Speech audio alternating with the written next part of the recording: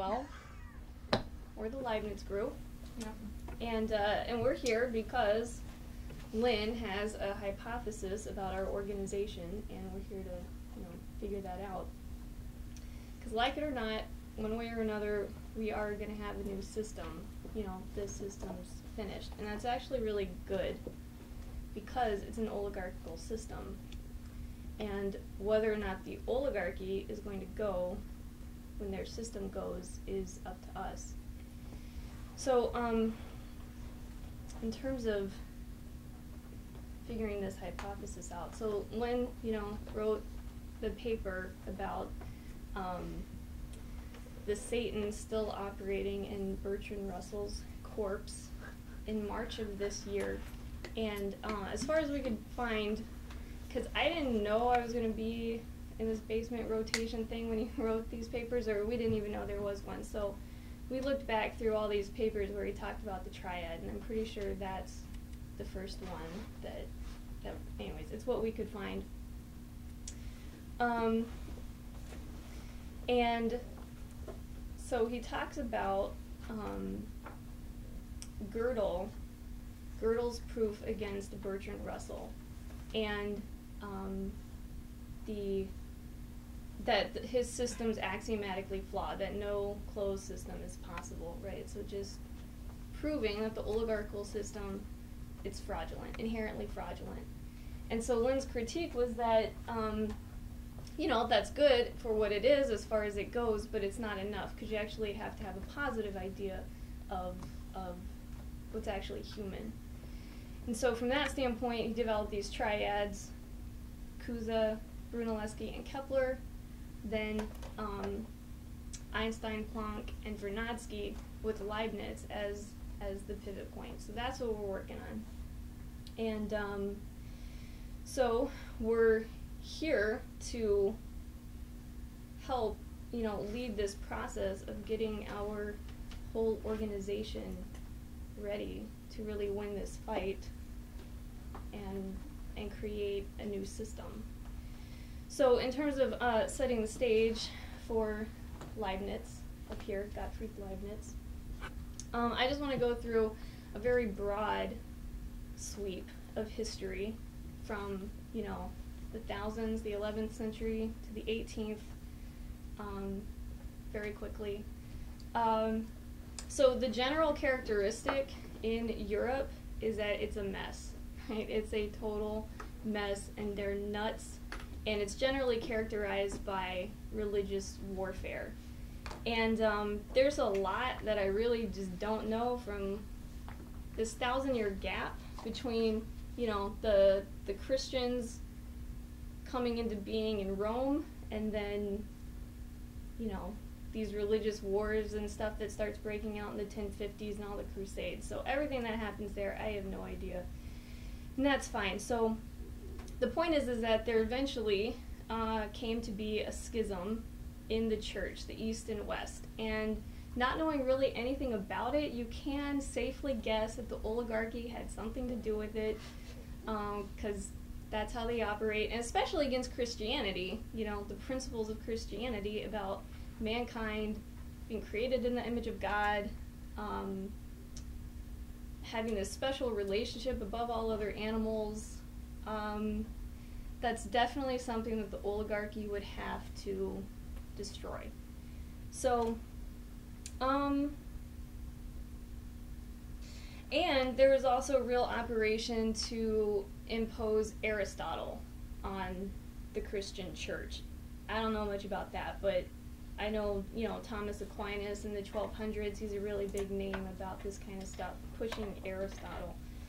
So, so there's this schism, the East and West, and sometimes they're friends, like if the Turks are attacking, and then sometimes they're enemies. There's all these crusades for just hundreds of years. It's really hard to imagine. I mean, I guess not. I guess our whole lives we've been in wars, but it's not like on our continent or something, though, but just hundreds of years, of just this nasty warfare, economic collapse, plagues, war. So it's really nasty. And, oh, I had a map. So we have all these crusades going on around the Mediterranean, but then,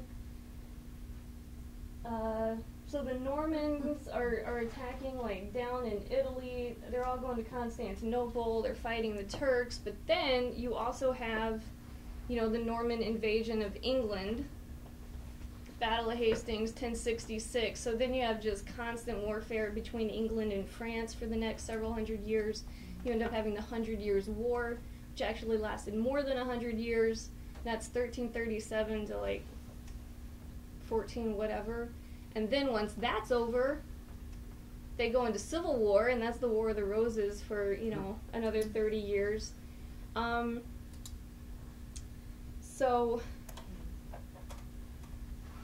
Oh, and then you've got the Mongols terrorizing Russia, Asia, and Eastern Europe. Not Venice, though, because they had a trade agreement.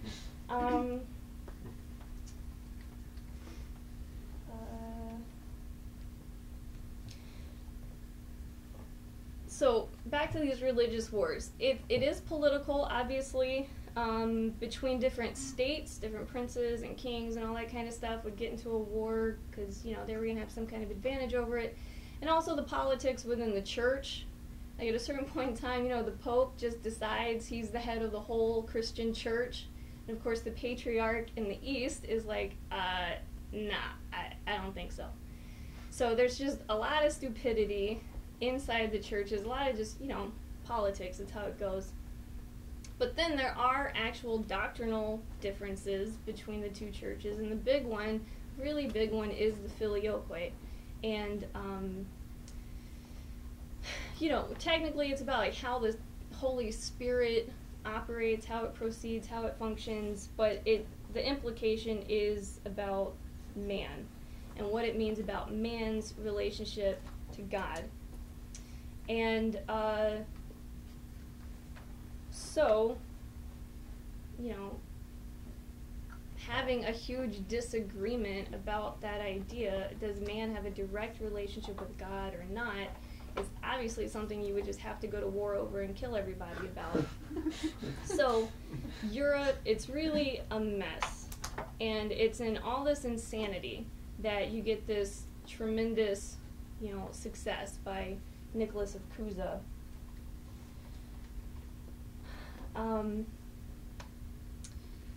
And unifying the churches, getting a certain resolution around the filioque, and then just launching the Renaissance.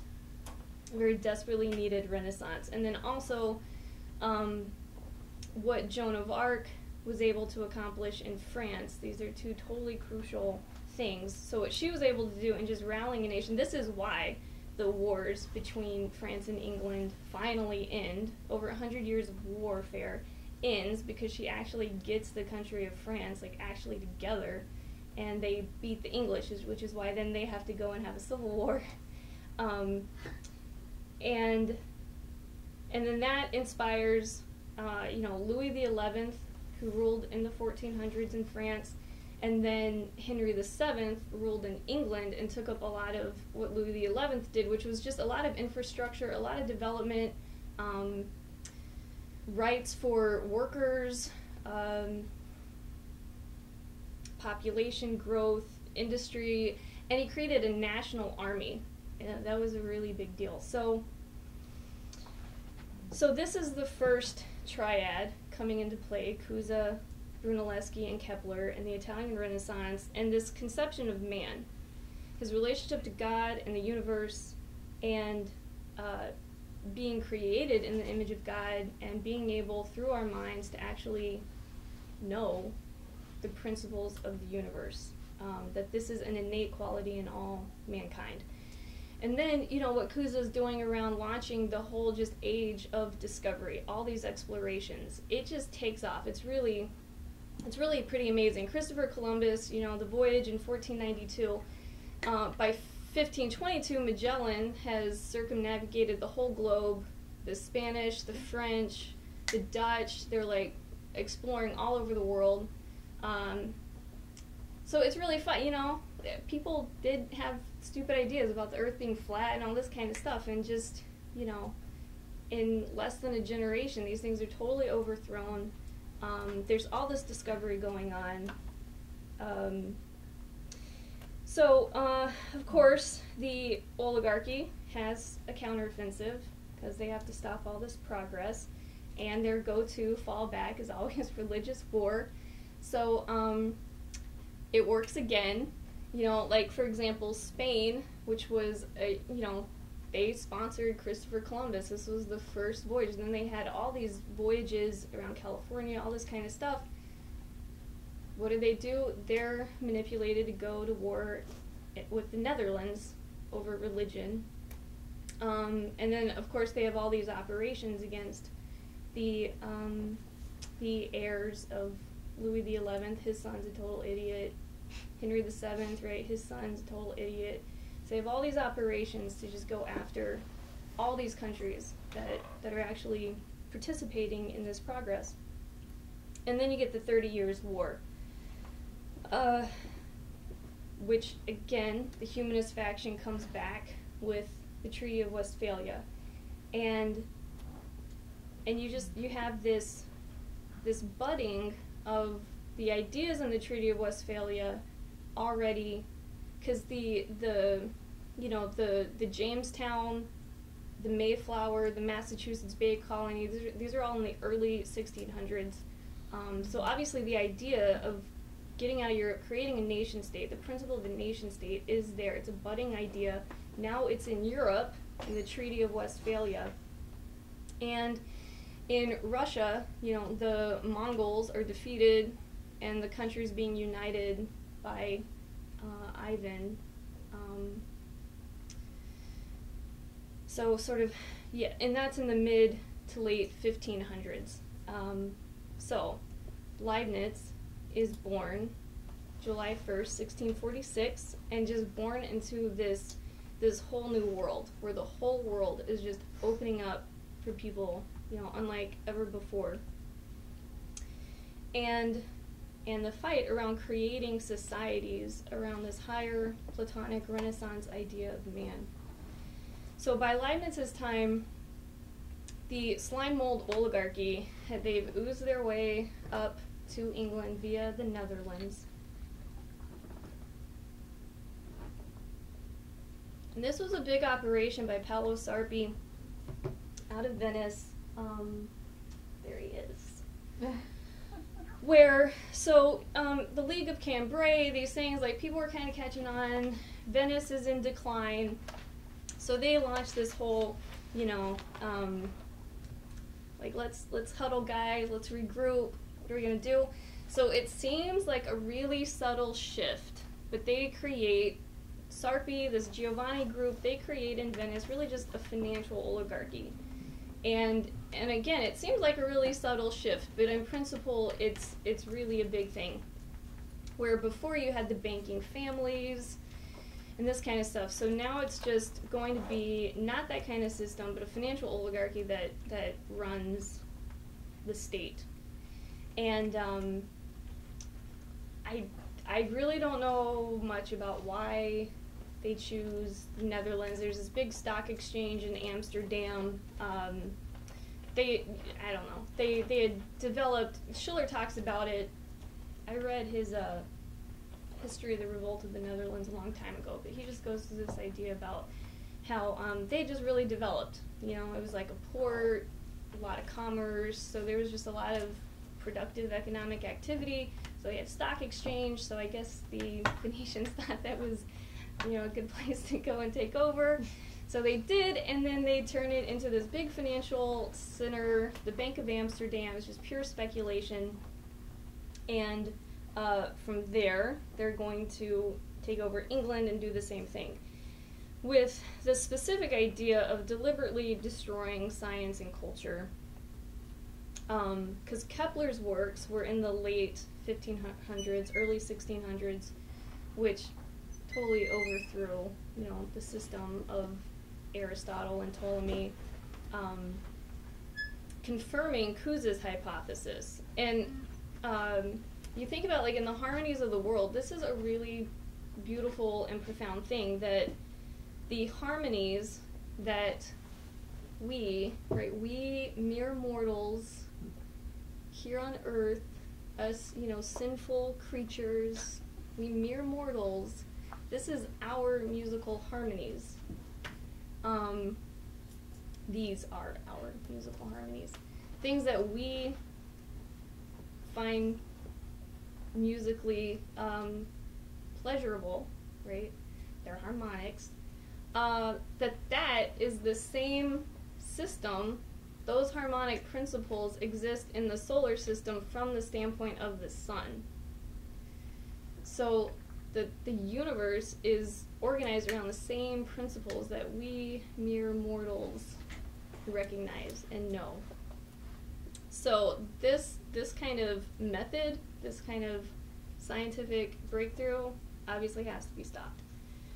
So Sarpi's personal project is Galileo, obviously promoting him over Kepler. Galileo's student was Hobbes, and this other guy, Mersenne, who then, controls Descartes, and who's living in the Netherlands, and then Newton becomes, a big operation of this Venetian crowd, the new Venetian party in England. And so this is what they're trying to do. They're trying to take this financial system that they've brought to the Netherlands into England. And it's not like everyone in England is just okay with a bunch of Venetian jerks coming in and taking over the place. So there's a real resistance to it. There is, some nationalists, some Republican thinkers. And so that's why William of Orange has to come in and take over the place to just really solidify this Venetian control now in England. And so the big things are creating the Bank of England, making it the sole creditor of the English monarchy, and allowing just this pure speculation. Anyways, so, and then the other objective was to crush the North American colonies, who have gained, a certain amount of independence, productive power, all this kind of stuff. They're out to crush it. And to help him accomplish all this, he brings with him John Locke. And Locke and Newton, what's this jerk? Locke. So there's John Locke. There's William of Orange, showing a little leg. Okay, so there's stand like that for a long time and get painted. That might not have been his real leg. So they are founding investors. Locke and Newton are founding investors in the Bank of England. Newton's made the warden of the mint because they're gonna, they have all these financial operations to destroy everything. And then Locke is put on these committees. For example, he was the secretary of the King's Council of Trade and Foreign Plantations. And they passed these navigation acts. They heavily taxed colonial trade. They, banned the colonies from trading with anyone, but England. They have to use English ships, all this kind of stuff. So-called founder of the... Yeah. So then, and then later, he's a founding member of the Board of Trade, which controlled British policy of America and all the other British possessions. So they banned paper currencies in the colonies. They appointed royal prosecutors in each colony with basically just total authority to impose this direct imperial rule.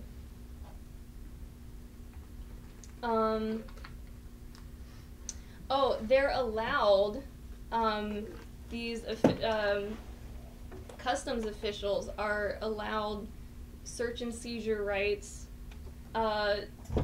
They can conduct juryless trials of any offense, no matter how big, no matter how large. They just have total authority. And they suppressed colonial manufacturing and trade. And that built up until 1701, when the board finally decided to just revoke all the colonial charters and impose direct imperial rule. Right, so that's the idea. Like, really? This guy is the founder of our country? So the guy that did his utmost to suppress the freedoms of the United States is who we're going to turn to for the idea about how to create our nation. But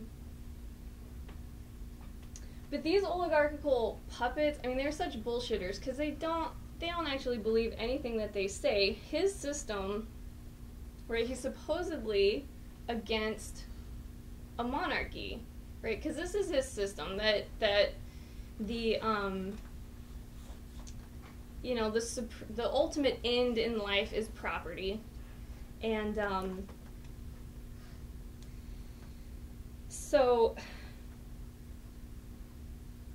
in personal freedom, so individual rights to your property, and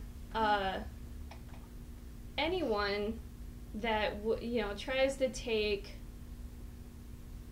just absolute authoritarian control is someone who's taking away your personal rights, your freedom to do whatever you want with their will, their rule.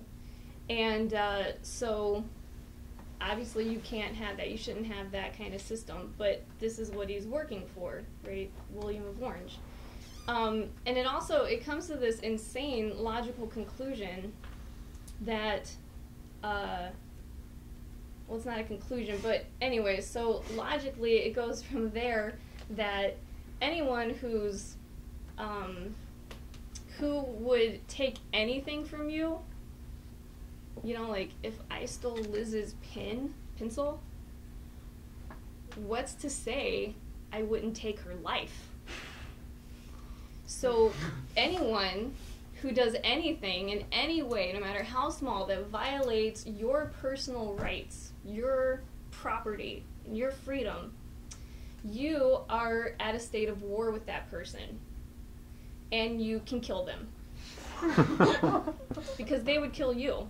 I stole her pencil, I'd clearly kill her so she can kill me. What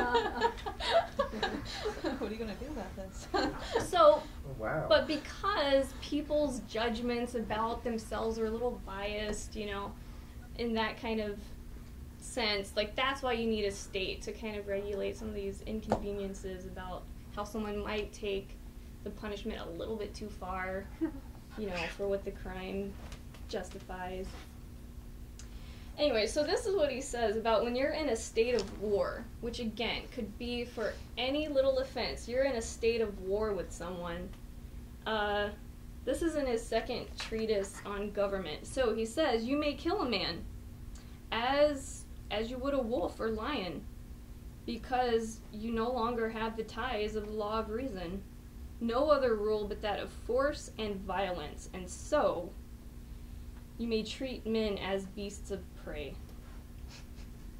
So, and his social contract idea was used to just justify William of Orange coming in, because the former king, who was James II, didn't allow this speculation to come in to the banks in England. So he was denying people their freedom to speculate. So he violated the social contract, so he can be overthrown, and we can put in someone that will let us do whatever we want. And he's called a liberal. He's so crazy. So, so this is what's being promoted as the Enlightenment, right? These new ideas, these liberal new ideas against the old system, because the oligarchy can't deny that this whole new world exists. All they can do is lie and bully people about what it really is. So Leibniz just takes this all on. And so we'll get into some details about that later.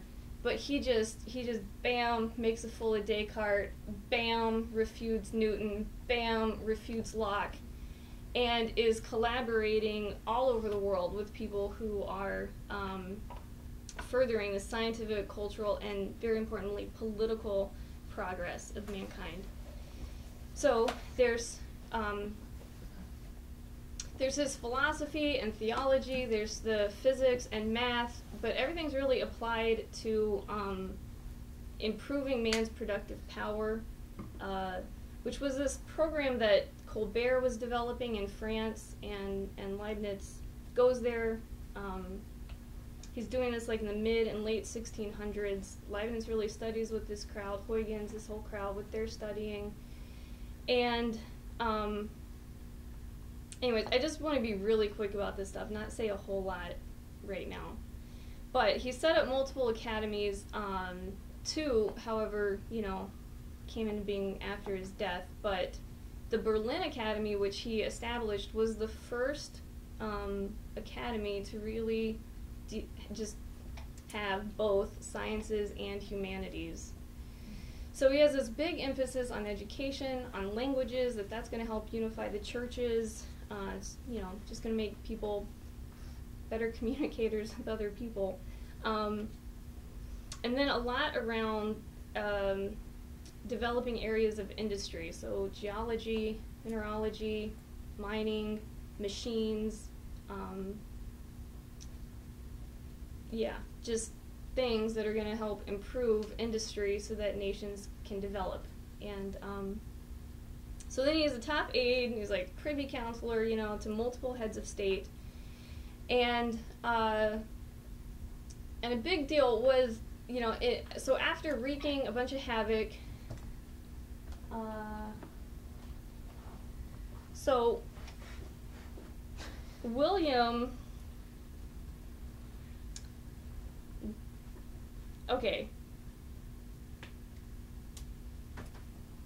so he comes in, this is pretty wild because, so he's from the Netherlands, he's not from England. James II was the king. He has two daughters, Mary and Anne. So I guess Mary must have been the oldest. So William comes in, James is thrown out, and Mary is forced, whatever, she marries William. So this is why it's William and Mary, the reign of William and Mary, because Mary is the actual queen. And you think about it like today, this is the Queen of England, right? And what is Philip? Philip's the Queen's consort. He's a prince. He is not the ruler of England. So William comes in, but he's just made the ruler. So so this is like totally, not that, not that royal protocol is all that important to me, but it just it definitely demonstrates that like something funky was going on, So this guy just comes in, and rather than being the queen's consort, when he marries the queen, he becomes a king. And so he's ruling with her because of like just special dictatorial things that he did to make himself the equal ruler. But anyways, so he apparently wasn't really into girls. So he and Mary never had any children. They didn't have an heir. Mary dies in 1694. Then it's clear that her sister, Anne, is going to become the queen whenever William dies. In 1700 is when Anne's only surviving child, poor lady, she had 17 kids, none of them lived. So, yeah. So in 1700, her 11-year-old kid, the last kid that she had alive, died. He dies of a fever. So there is no heir. And that's, when Leibniz does this exhaustive research to say that the House of Hanover is the next in line. Yeah, the heirs. So, and then that's the Act of Settlement in 1701. So the nationalist Republican faction in England gets this passed in the Parliament, knowing that it was the Leibniz card. Like they knew that it was going to totally freak out this Venetian oligarchy that came in, and it's how they were going to save their country. So, But anyways, William died in 1702, so Anne then does become queen, and, you know, what happens after that. So the Electress Sophie is next in line. Leibniz is potentially the next prime minister, and there's a total freak out. So then you have all these operations, the Newton operation, that Leibniz is a plagiarist, all this kind of stuff. So there's obviously a lot, you know, that Leibniz did, but the two things that I want to mention, because I think it's just really important, is with Russia and then the United States, because they, you know, together would create a real potential to just overthrow the British Empire, to consciously take it on and defeat it. So as far as Russia goes, it just really helps to have the head of an autocratic state want to do something good. So the combination of Leibniz and Peter the Great is just good. Peter the Great can just bring in Leibniz and just, you know, impose Leibniz on the country. So that happened, right? But in the United States, it was obviously a slightly different process. Okay, so the American Revolution would not have happened without Benjamin Franklin. And the influence of Leibniz on Franklin is undeniable. It's very, you know, hidden. I remember in college, I hadn't met the organization yet or anything, but so I was in my history class. It was my first semester of college. I'm really excited, all that kind of stuff. I love history.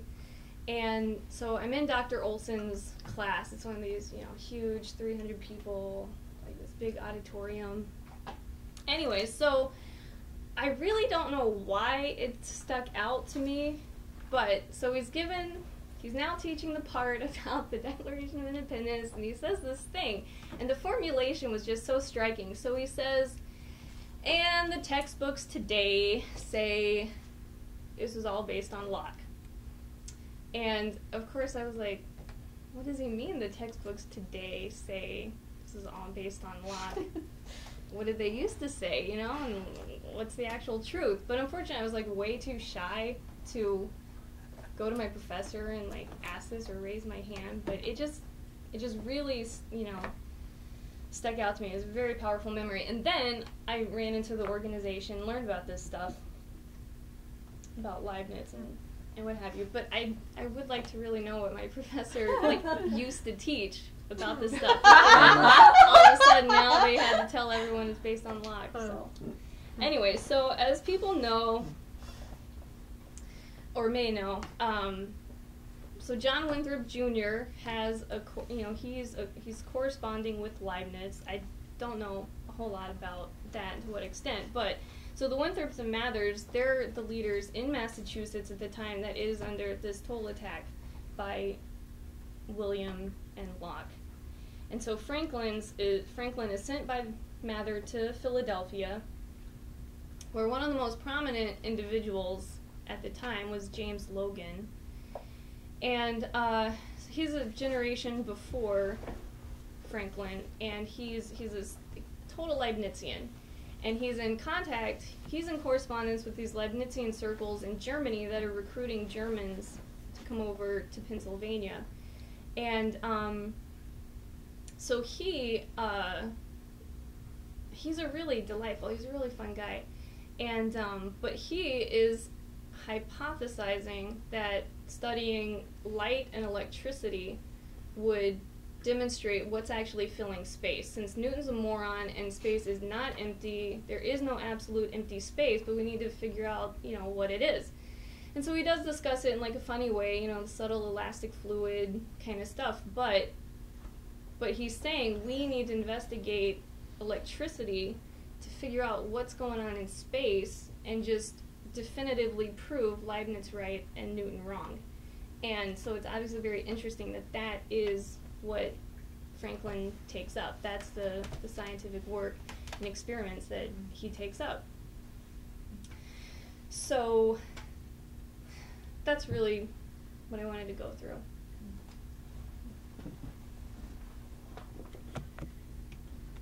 Can we ask any questions yet? Could. Should we wait? I mean, or you want to take them at the end? Or? Let's just take them at the end. I kind of. Okay. Let's move on for now and come back to questions later. Get some fun handouts for people.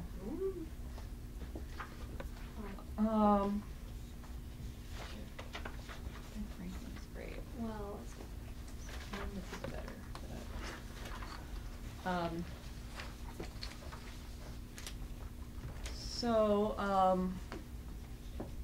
What I want to try to get out, hopefully relatively briefly, I don't know if we're going to get through everything, but people have something to look at, is, you know, how did Leibniz think?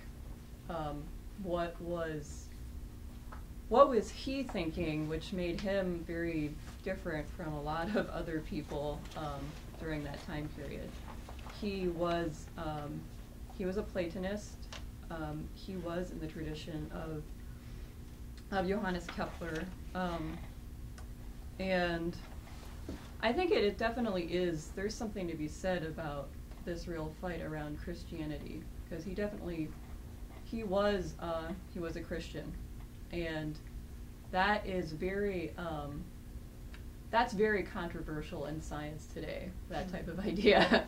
You know, believing in God and also thinking that you can come to know what's going on around you and that it's not totally, miraculous or something. So to get started, I thought we'd just kind of see what he had to say and then go into a few more things. But this first quote, if you look on your sheet, is from something he wrote in 1696. And so let's read through this and we can proceed from there. So Leibniz says, I have shown on several occasions that the final analysis of the laws of nature leads us to the most sublime principles of order and perfection, which indicate that the universe is the effect of a universal intelligent power. As the ancients already held, this truth is the chief fruit of our investigations, without mentioning Pythagoras and Plato, whose primary aim was such an analysis. Even Aristotle sought to demonstrate a prime mover in his works, particularly in his metaphysics. It is true that these ancient thinkers were not informed about the laws of nature as we are, since they lacked many of the methods which we have and of which we ought to take advantage. The knowledge of nature gives birth to the arts. It gives us many means of conserving life. It even provides us with conveniences. But the satisfaction of spirit, which comes from wisdom and virtue, in addition to being the greatest ornament of life, raises us to what is eternal, whereas this life, in contrast, is most brief. As a result, whatever serves to establish maxims which locate happiness in virtue and show that everything follows the principle of perfection is infinitely more useful to man, even to the state, than all that serves the arts. Discoveries useful to life, moreover, are very often merely the corollaries of more important insights. It is true here, too, that those who seek the kingdom of God find the rest on their way. The inquiry into final causes in physics is precisely the application of the method which I think ought to be used, and those who have sought to banish it from their philosophy have not adequately considered its usefulness. For I do not wish to do them the injury of thinking that they have evil designs in doing this. Others followed them, however, who have abused their position and who, not content with excluding final causes from physics, but restoring them elsewhere, have tried to destroy them entirely, and to show that the Creator and the universe is most powerful indeed, but without any intelligence. There have been still others who have not admitted any universal cause, like the ancients, who recognized nothing in the universe but a concourse of corpuscles. This seems plausible to those minds in whom the imaginative faculty predominates, because they believe that they need to use only mathematical principles without having any need either for metaphysical principles, which they treat as illusory, or for principles of the good, which they reduce to human morals, as if perfection and the good were only a particular result in our thinking and not to be found in universal nature.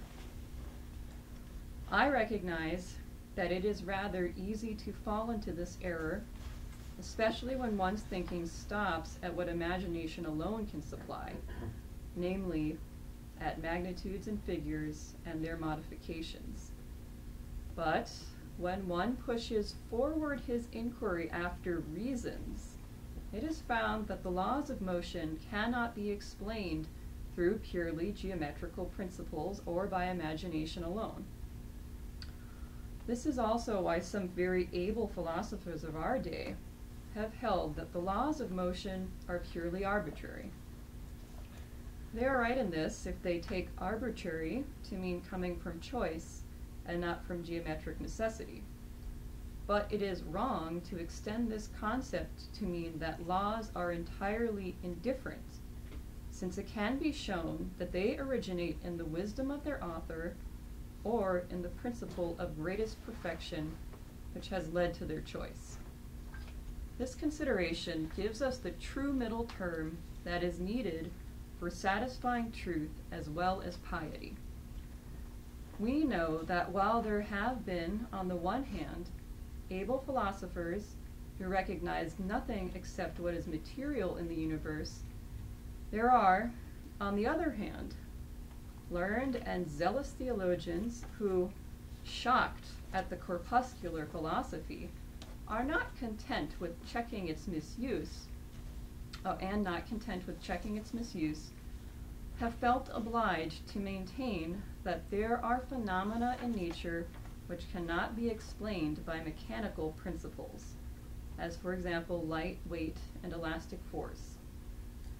But since they do not reason with exactness in this matter, and it is easy for the corpuscular philosophers to reply to them, they injure religion in trying to render it a service.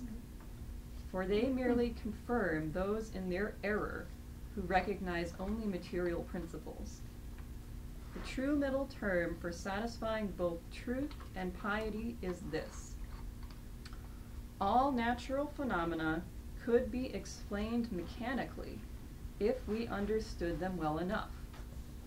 But the principles of mechanics themselves cannot be explained geometrically, since they depend on more sublime principles, which show the wisdom of the author in the order and perfection of his work.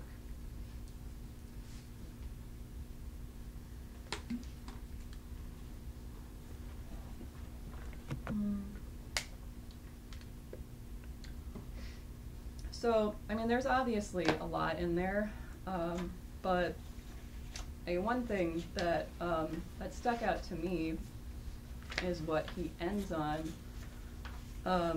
which did definitely remind me of, you know, this idea of the maximum and the minimum. You know, the details that you can know, but also, you know, the larger scope. You know, it's this question, you know, like you could ask, how does this happen versus why does this happen? You know, why are things, you know, and I think that that's the type of, that really, you know, that sets a scientist apart, or a real thinker apart, is asking those types of questions, the why questions, not just how. And you're not really going to solve the hows if you don't go after you know, some of these larger problems. But I guess I can. And one thing that that he developed very explicitly, which does seem kind of unique to him, is this idea of continuity. That you don't have, you know, instances where things behave one way in one circumstance, and then in a different circumstance you get something totally different. And this is what we see with Descartes, and people have probably heard some of these things before, and it might be good to just kind of have a little bit of a refresher on it for people who might not be as familiar. But I can just tell you what Leibniz says about it. He says, what he says about the law of continuity, and it's on the last page here. So he says, law of continuity excludes a leap from change. The case of rest can be considered as a special case of motion, namely the case of a disappearing or minimal motion, and that the case of equality can be held for a case of disappearing inequality. The consequence is that the laws of motion must be set up in such a way that particular rules are not necessary for equal and resisting bodies. Yes. Oh, equal and resting bodies, or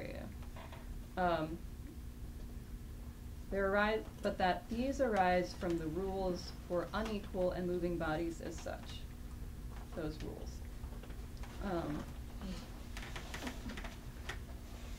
Or if we wish to formulate particular rules for rest and equality, we must be careful not to set up such rules as do not agree with a hypothesis which considers rest as the limit of motion and equality as the smallest inequality. Otherwise, we shall violate the harmony of things, and our rules will not agree with each other.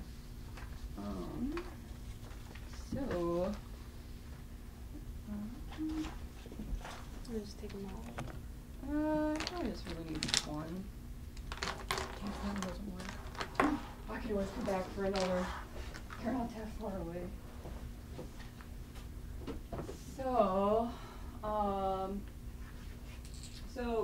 Descartes was, for some god-awful reason, he was the scientist of the day. And,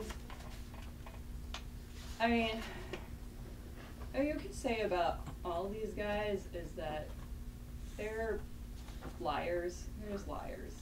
I mean, it's not like Descartes didn't know that he was full of shit. He very much did. Anyway, so this is how Descartes thought that things worked. Anyway, so you've got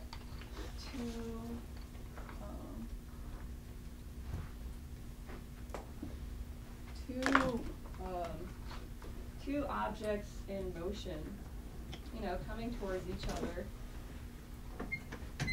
at the same speed, and they're both, you know, the same mass. What's going to happen? Well, you know, Descartes says that they're going to, you know, they're going to hit each other. Now, I mean, there's different things that are strange about this. I'm not going to get into all of them, but anyway, so they do hit each other. That's something he says which is true. And then, you know, they're going to rebound, or move away from each other, I should say, really. And they're going to move away with the same speeds that they had when they approached, and they're going to maintain their same masses. And that's fine. That makes sense, right? But there's other cases.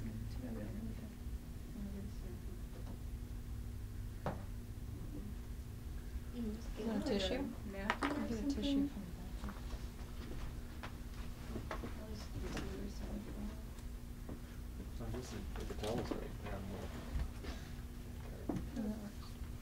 movable.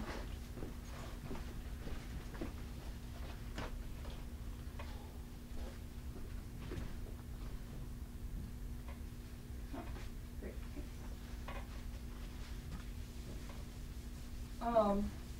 Now, his second rule of motion is that, if you have two bodies approaching each other at the same speed, one of them's bigger, one of them's smaller, what's going to happen?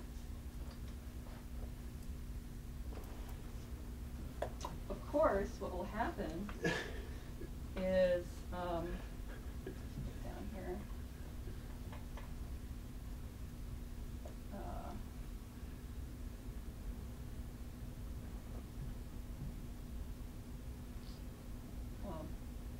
they will,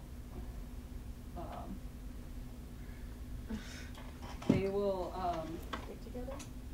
they will move together. I don't know if you call it sticking, but they're going to move together in that direction.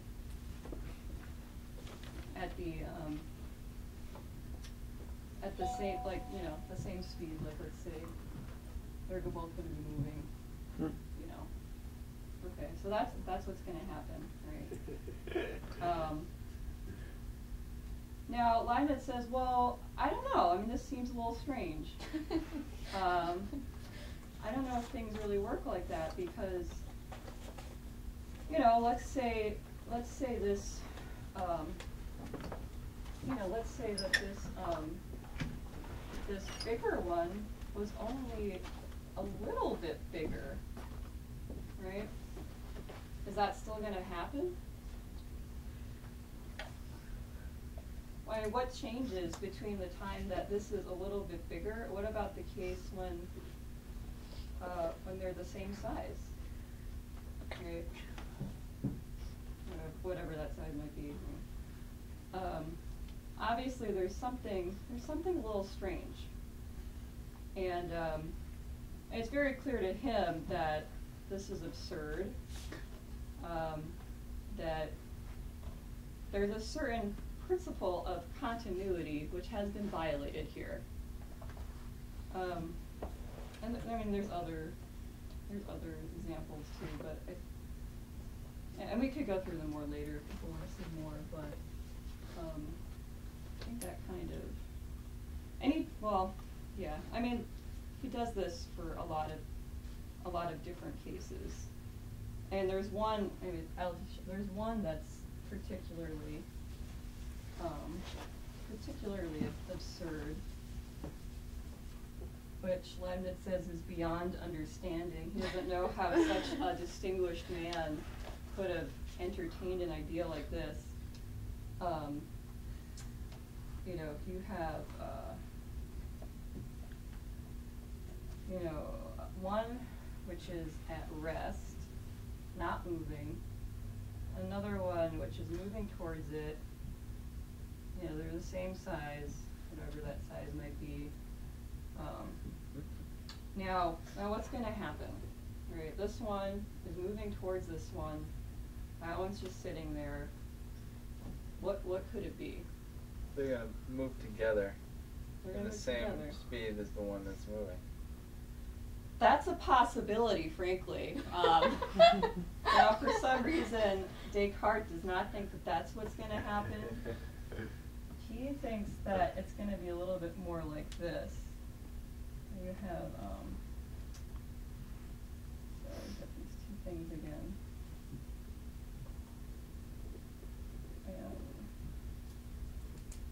Now they're going to actually move in opposite directions. This one lost some of its speed. It's going to be going at 3/4 of the speed. And this one is going to get some of its speed, which is 1/4.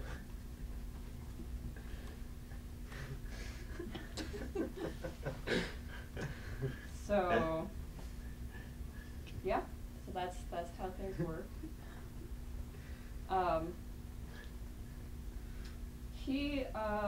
He thought that as long as he conserves something called the quantity of motion, which is the mass times the velocity, that, you know, as long as that was conserved, no matter how, whatever combination of things you might want to do to conserve that,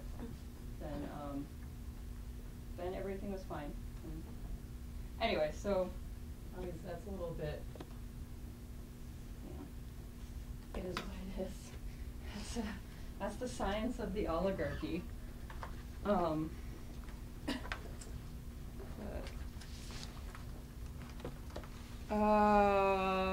Let's look at a couple more things here.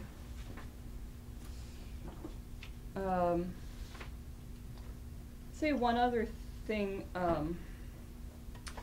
What really, I mean, aside from this idea of continuity, what also allowed for Leibniz to do what he did was a real understanding that it's not the material as such which is really doing anything. Matter, bodies, extension, you know, form, whatever. Those are certain things you might want to take into consideration, but the primary thing you want to be looking at is really causality. What's causing these things to happen? What is what's the power that's involved here? What's acting? What's really acting? Somebody want to read the next section here, or does that work for our techie guy back there? I don't know what the thing is. Okay. Does somebody else want to read?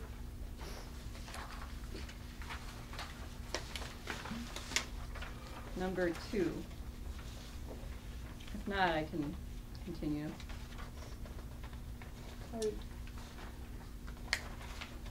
First of all, we must recognize that force is something absolutely real, even in created substances, but that space, time, and motion have something akin to a mental construction, and are not true and real per se, but only insofar as they involve the divine attributes of immensity, eternity, and activity, or the force of created substances.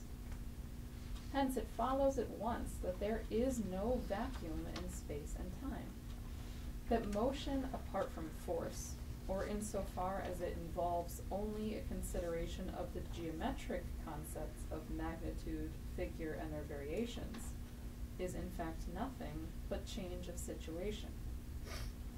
And thus, that motion insofar as it is phenomenal consists in a mere relationship. Descartes, too, acknowledged this when he defined it as translation from the position of one body to the position of another. But he forgot his definition when he deduced its consequences, and set up rules of motion as if motion were something real and absolute. Therefore, we must hold that if any number of bodies are in motion, we cannot determine from the phenomena which of them are in absolute determinate motion or rest. Rest can be attributed to any one of them you may choose, and yet the same phenomena will be produced. It follows, therefore, Descartes did not notice this, that the equivalence of hypotheses is not changed by the impact of bodies upon each other, and that such rules of motion must be set up that the relative nature of motion is saved. That is, so that the phenomena resulting from the collision provide no basis for determining where there was rest, or determinate absolute motion before the collision. Thus, the rule of Descartes, which claims that a body at rest can in no way be driven from its place by a smaller body, hardly squares with the truth.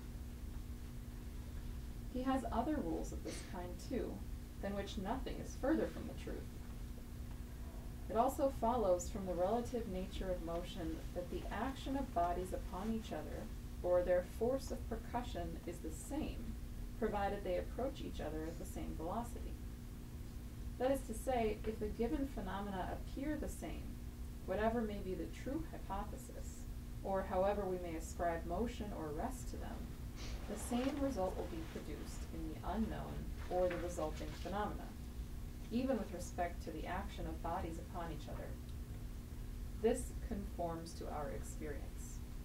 We will feel the same pain whether our hand strikes a stone which is at rest, suspended from a thread, if you will, or the stone strikes our hand at rest with the same velocity. Meanwhile, we speak as the situation demands, in whatever way provides the more fitting and simpler explanation of the phenomena, just as we make use of the motion of a primum mobile in the study of spheres, and must use the Copernican hypothesis in planetary theory. Thus, we already caused those violent arguments which have been carried on with so much energy, even by theologians, to disappear completely. For even though force is something real and absolute, motion belongs to the class of relative phenomena, and truth is found not so much in phenomena as in their causes. I'll read the next one too. It says, if motion is nothing but the change of contact or of immediate vicinity, it follows that we can never define which thing is moved. For just as the same phenomena may be interpreted by different hypotheses in astronomy, so it will always be possible to attribute the real motion to either one or the other of the two bodies which change their mutual vicinity or position. Hence, since one of them is arbitrarily chosen to be at rest or moving at a given rate in any given line, we may define geometrically what motion or rest is to be ascribed to the other, so as to produce the given phenomena. Hence, if there is nothing more in motion than this reciprocal change, it follows that there is no reason in nature to ascribe motion to one thing rather than to others. The consequence of this will be that there is no real motion. Thus, in order to say that something is moving, we will require not only that it change its position with respect to other things, but also that there be within itself a cause of change, a force, an action. So, I mean, for people who've, obviously heard of Kepler's work, that was the, was a big fight. Is the,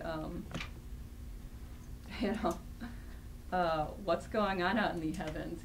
Does the sun have a real role, or is it just, is it just sitting there, mean sun? Is that valid?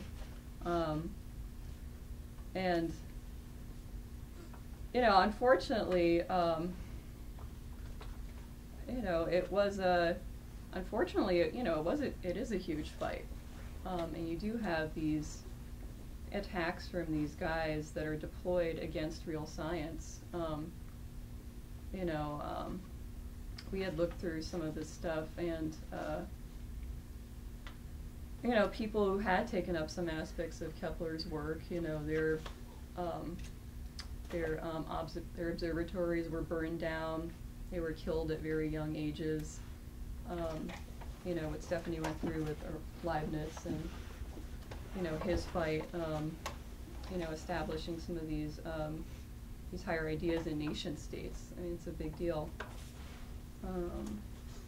And Leibniz definitely he knew that this was not just a fight around ideas, that these people that were, sent out to throw out these terrible scientific ideas, that they weren't really totally sincere in what they were saying. And I thought, we read through the Leibniz-Clarke correspondence, and it's really long. It's a long correspondence. And Leibniz is just repeating and repeating a lot of the same points over and over again to Clarke, who's replying for Newton, supposedly.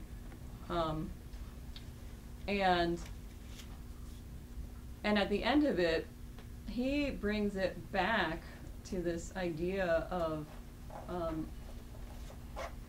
of sufficient reason, and that Clarke had repeatedly said throughout the discussion that yes, he did agree with this idea that God is not just an arbitrary tyrant, that he does have reason for things. There is reason for what God does, how the universe is set up, but that's not how he proceeds in his line of thinking.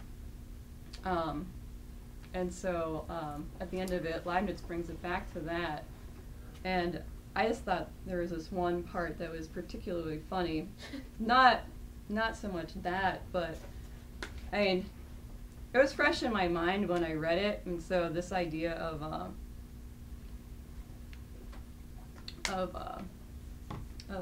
will versus reason is a very dominant theme in this correspondence. And with Clarke having this idea that, well, are you going to say that God does not have the power to do this? And obviously it's like, well, I don't want to say that God doesn't have the power to do something. He's God, right? But Leibniz, well, what kind of a God is this? Is he reasonable? Does he have wisdom? And so he kind of throws a jab in there at Clarke, and anyway, I'll just read it. And so he says, so this is in his last response, which is really long, and supposedly Clarke wrote a reply to this. Leibniz was dead. I mean, I don't know if he did or not, or just waited until Leibniz died, was scared to send a letter or didn't know what to say. Anyway, so this is Leibniz's last reply to Clarke. He says, I shall at this time make a larger answer to clear the difficulties and to try whether the author be willing to hearken to reason and to show that he is a lover of truth, or whether he will only cavile without clearing anything. He often endeavors to impute to me necessity and fatality, though perhaps no one had better and more fully explained than I have done in my Theodicy the true difference between liberty and contingency, spontaneity on the one side, and the absolute necessity, chance, coaction on the other. I know not whether the author does this because he will do it, whatever I may say, or whether he does it supposing him sincere in those imputations, because he has not yet duly considered my opinions. I shall soon find what I am to think of it, and I shall take my measures accordingly. So, I mean, it's, you got this long correspondence with someone who's infinitely dense, it seems. There's something more going on there. So, anyway, I thought that was funny. I don't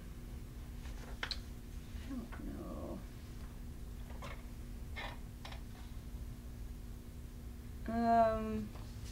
There's a lot more we could go through, but why don't we just look at this this one here, number 6. And so what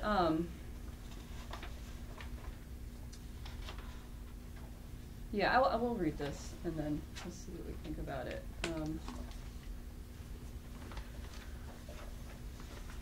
Does somebody else want to read it, or should I just go ahead? I'd like to read it. Jason. God is the monarch of the most perfect republic, consisting of all spirits, and the happiness of this city of God is his principal design. Spirits are indeed the most perfectible of substances, and their perfections have the particular advantage of interfering with each other in the least possible degree, or rather, of supporting each other. For only the most virtuous can be the most perfect friends. Hence it obviously follows that God, who always aims at the greatest general perfection, will have the greatest concern for spirits, and will give to them, not only in general, but to each one in particular, the greatest degree of perfection which the universal harmony can permit. can even be said that God, insofar as he is a spirit, is the origin of existences. For otherwise, if he had lacked the will to choose the best, there would be no reason why one possible being should exist in preference to others. So this property of God's being himself a spirit comes before all other considerations which he may have with regard to the creatures. Only spirits are made in his image, and are, as it were, of his blood, or like the children of his household, for only they can serve him freely, and act with knowledge in imitation of the divine nature. One single spirit is worth a whole world, because it not only expresses the world, but also knows it and conducts its life there after the manner of God.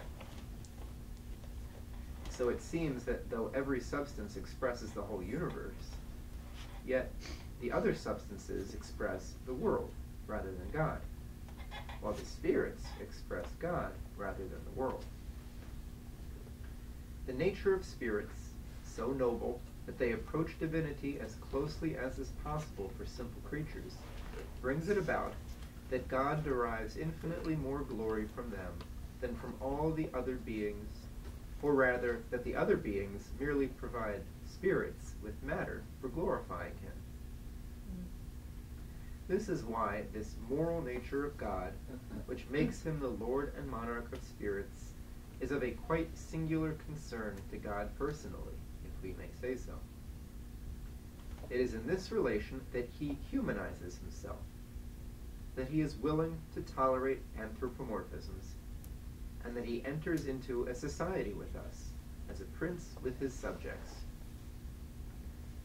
So dear is this consideration to him, that the happy and flourishing state of his empire, which consists in the greatest possible felicity of its inhabitants, becomes his highest law. For happiness is to persons what perfection is to beings. And if the highest principle ruling the existence of the physical world is the decree which gives it the greatest perfection possible, the highest purpose in the moral world, or the city of God, which is the noblest part of the universe, should be to spread in it the greatest possible happiness.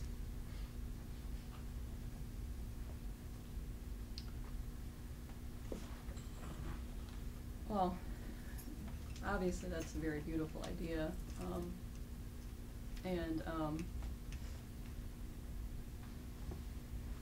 And that's the founding of this country, despite what Stephanie's professor told her.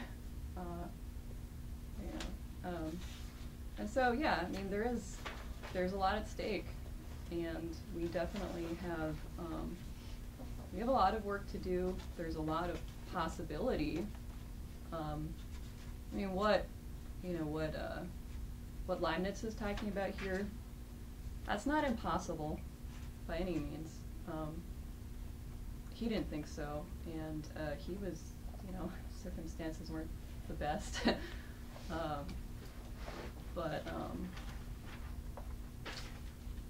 Yeah, and I think I'll leave it at that for now. And I mean, there's a few quotes we didn't get to, but we'll see what kind of time we have at the end for more discussion and questions. Okay. Alright, so some people might have to share.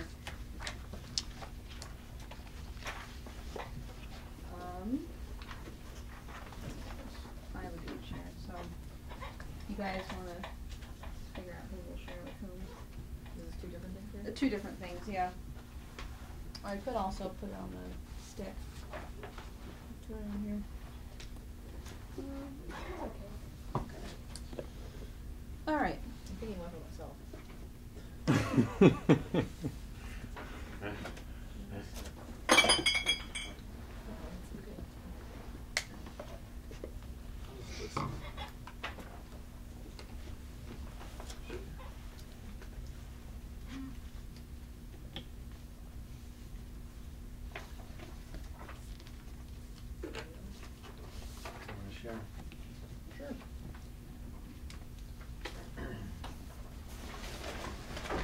Okay, so I want to bring it back to Lynn, because Lynn's wonderful, and we wouldn't be here if it wasn't for Lynn. Literally, the three of us would not be here. Lynn had written this paper, which I don't think is public yet, or will be public, but since the legacy of Brunelleschi and Cusa from Kepler to Gottfried Leibniz. And in this paper, he really, really, really emphasizes the connection between these two triads, between, especially with Kepler, with what Kepler had made a discovery on, and that Leibniz pivots from that discovery, which then leads to the next triad after that. So the first triad of Brunelleschi, Cusa, Kepler, then the second triad, Planck, Einstein, and Vernadsky. So I'll just read a few things from this, just to kind of get this thing situated. He says in here, the intention of this present report to you here is to emphasize the essential connection on this account to the nearly perfect connection of the achievements of Johannes Kepler, to, in turn, the subsequently unique founding of that competent modern physical science needed to follow the necessary triad of the founding works of all modern physical science, of Filippo Brunelleschi, Nicolas Cusa, and Johannes Kepler, as also in the unique achievements of essentially Platonic method in practice of Gottfried William Leibniz. The consequently relevant essentials of the founding of Leibniz's method of scientific work were essentially completed later as a matter of foundations with Leibniz's departure from Paris in 1676, but was to become, up until his death in 1716, as the fulfillment of the later foundations of all true physical science up to the present time.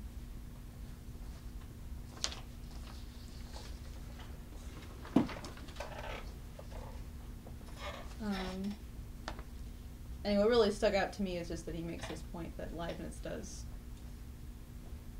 Not only does he have a form of a Platonic method, but he also, this after he comes back from Paris, which we haven't looked too much into specifically, like the specific works he was doing in Paris just before he left, but that's when he actually had created his scientific method up to that point. This is the other part. I'm going to read one more part in here.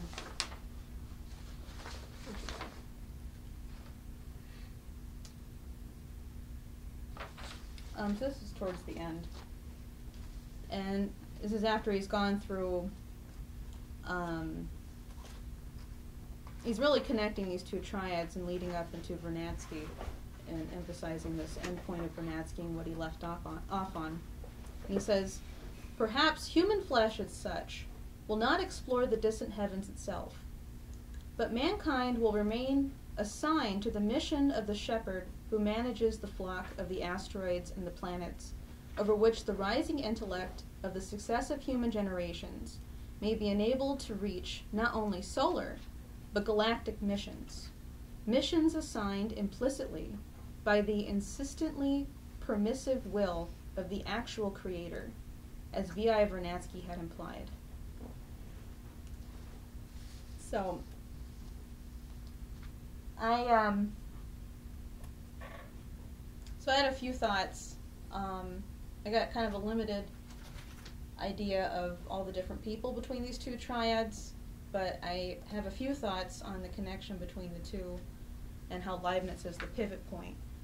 And the main thing that I thought after discussion with Megan and Natalie is that really what these two guys are, or what these two triads are doing and what Leibniz is pivoting on is that there's this fight between this idea of Aristotle and Plato. And they're picking up this fight again. And it's really, it's this fight between oligarchy and humanity. And between these two triads, they actually develop this idea that the soul has an innate quality within it to understand God. And you can actually see the progression of that over time. And obviously I'm not going to go through every single work of all these people from the two triads, but I do have some different quotes here with a part of the Republic when he goes through the cave. So I think I'm going to start with that. I'm going to have a couple of people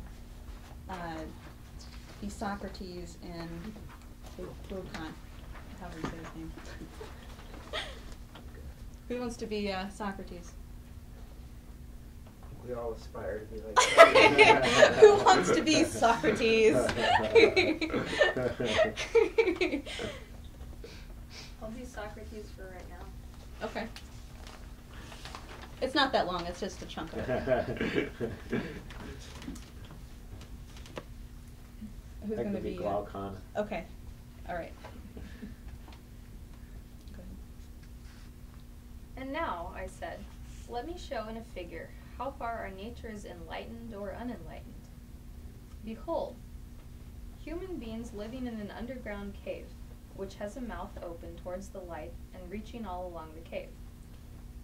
Here they have been from their childhood, and have their legs and necks chained so that they cannot move, and can only see before them, being prevented by the chains from turning round their heads.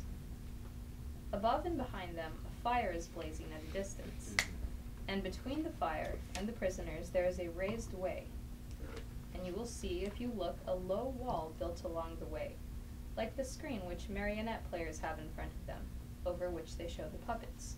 I see. And do you see men passing along the wall carrying all sorts of vessels, and statues and figures of animals made of wood and stone and various materials, which appear over the wall? Some of them are talking, others silent. You've shown me a strange image, and they are strange prisoners. Like ourselves. And they see only their own shadows, or the shadows of one another, which the fire throws on the opposite wall of the cave. True. How could they see anything but the shadows if they were never allowed to move their heads? And of the objects which are being carried in like manner, they would only see the shadows? Yes. And if they were able to converse with one another, would they not suppose that they were naming what was actually before them? Very true. And suppose further that the prison had an echo which came from the other side. Would they not be sure to fancy, when one of the passers-by spoke, that the voice which they had heard came from the passing shadow? No question. To them, the truth would be literally nothing but the shadows of the images.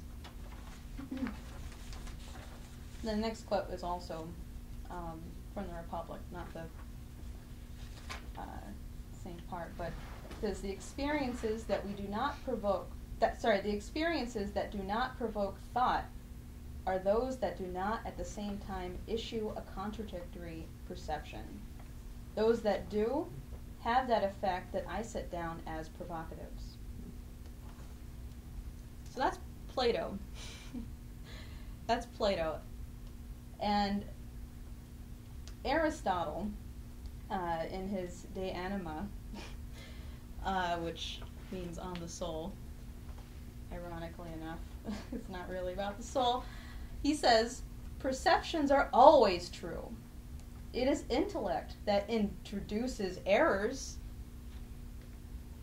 And then again in his De Anima, this is where he talks about the blank slate.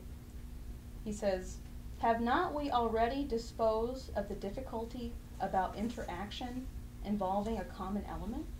When we said that mind is in a sense potentially whatever is thinkable, though actually it is nothing until it has thought.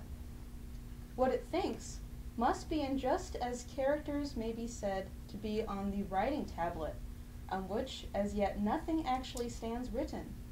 This is exactly what happens with mind. Very different ideas. So, like Stephanie was going through in the beginning about the history of what's happening in this time period just before Leibniz, there basically was a dark age before the Renaissance. It was just terrible, complete chaos. And you really had the person who really spearheaded this Renaissance was Cusa. Was Cusa. You had this first triad that then goes through Brunelleschi, Cusa, Kepler. But Cusa really, I don't know much about Brunelleschi. I mean, I got on here, it says ask Alexandra. The dome. I called her up and talked to her about it, but there was nothing I could find specifically on it. So I took a few things from Cusa where he actually explicitly attacks Aristotle.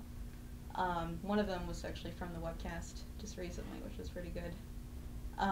So somebody want to read that from Layman on Mind? I can read it again, I guess. Go for it. Aristotle says that to understand is an accident, but something is present to mental intuition, to reason, which was not present to sense. Mind is a living measure which achieves its own capacity by measuring other things. Mind is not of the nature of changeable things which it grasps by sense perception, but of unchangeable things which it discovers in itself. Mind is a living substance.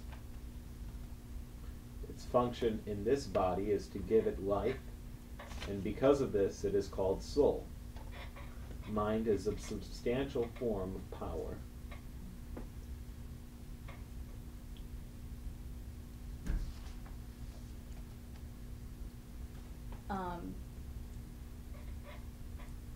He's pretty explicit about what mind is in the human being. We're not just little tablets. We actually have a power within our own mind. The next one, actually, this is the real zinger, at least for me, when I had first read Unlearned Ignorance, and you realize that what your relationship to God is. And Cusa actually puts that relationship in an idea of geometry. And anyway, so somebody want to read this part, Unlearned Ignorance, book 2? Whatever is not truth cannot measure truth precisely. By comparison, a non-circle cannot measure a circle whose being is something indivisible. Hence the intellect, which is not truth, never comprehends truth so precisely that truth cannot be comprehended infinitely more precisely. For the intellect is to truth as an inscribed polygon is to the inscribing circle. The more angles the inscribed polygon has, the more similar it is to the circle. However, even if the number of its angles is increased ad infinitum, the polygon never becomes equal to the circle unless it is resolved into an identity with the circle.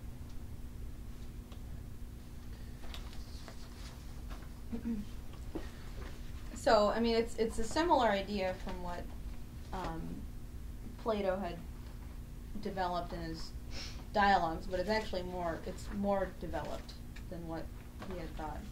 You actually have this conception that man has a relationship to a higher power instead of it just having something you have something within your soul, you can learn from that, but there's a higher power which you actually can't understand. I don't know if I'm expressing this the same way, but it's the way that I'm thinking about it. That's what I'm trying to say, is that Plato was on the verge of making this kind of breakthrough on what the soul really is in relation to the universe. But with this development of Christianity, you have a much higher conception of what that really means. So we're not going to read this next quote. It's good, but for the sake of time, I want to skip over it. So then going into Kepler, So this is the guy that Lynn's really emphasizing right now. Kepler and Vernadsky. So I think I'm not going to read both. Shouldn't read both of these. I do want to read the one from the Harmonies. Somebody want to read that one?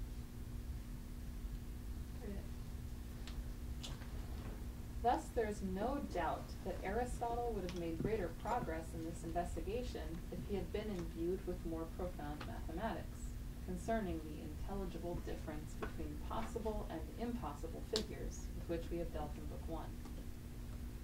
Therefore, as far as he is discussing the chief categories of quantity, he is an easy victor with no opposition. However, where he draws a universal conclusion and convicts Plato of the stupidity which is his own fantasy, and finally, where the Platonic picture of the self-taught slave he opposes a contrary picture of his own, asserting that the mind itself is empty, not only of other knowledge and of mathematical categories, but also of species, and just a blank sheet so that nothing is written on it, not even any mathematicals, but everything can be written on it. From this aspect, I say he is not to be tolerated in the Christian religion. I'm sure it was actually very controversial. Because there was a lot of, like Daniel had gone through in this class a few weeks ago, there was just a lot of Aristotle just being pumped into to promoting these religious wars, to brainwashing people, keeping them stupid, and barely any Plato. And it wasn't until Cusa he started stealing books, stealing Plato books, and like a good Platonist, getting them out. So we'll skip the one on the new astronomy. I do recommend people look at society and economy. I have it here, but we won't read through that.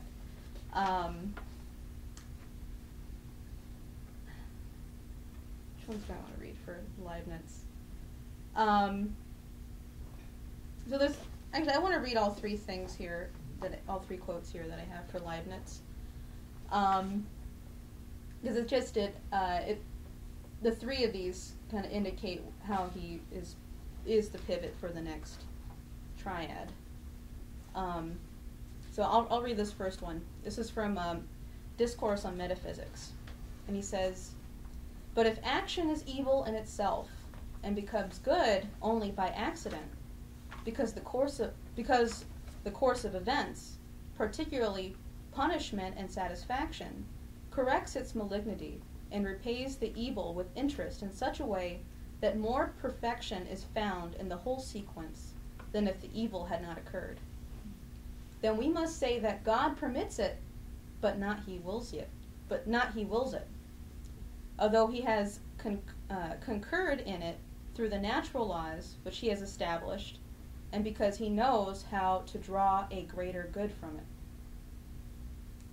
This idea of the best of all possible worlds. The next one is also from Metaphysics, and so he again attacks this idea, this Aristotelian idea, which, like Liz was saying earlier, like these guys just they're not really coming up with new too many new ideas, but they're just flat out liars, and they're using the same arguments over and over and over again. So this is the 27th in the Metaphysics. How our soul can be compared to empty tablets, and how our notions come from sense. Aristotle preferred to compare our souls to tablets that are still blank, but upon which there is a place for writing and maintaining that there is nothing in our understanding which does not come from the senses. This conforms more with popular notions, as Aristotle usually does, while Plato goes deeper.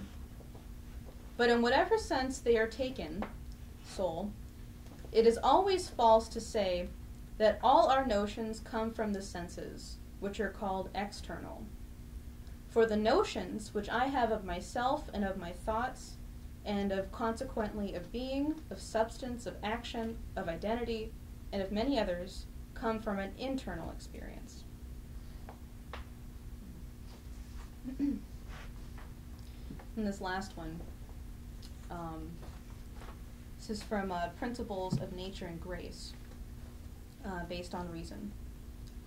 And this one I particularly picked out because it's kind of like smelt of Vernadsky. It just like really, really hit me like, holy crap, this is what Megan and I were just reading. So he says, modern investigators have taught us, and reason confirms it, that living things whose organs are known to us, that is, plants and animals, do not come from putrefaction or chaos, as the ancients believed, but from preformed seeds, and consequently from the transformation or pre-existent living beings.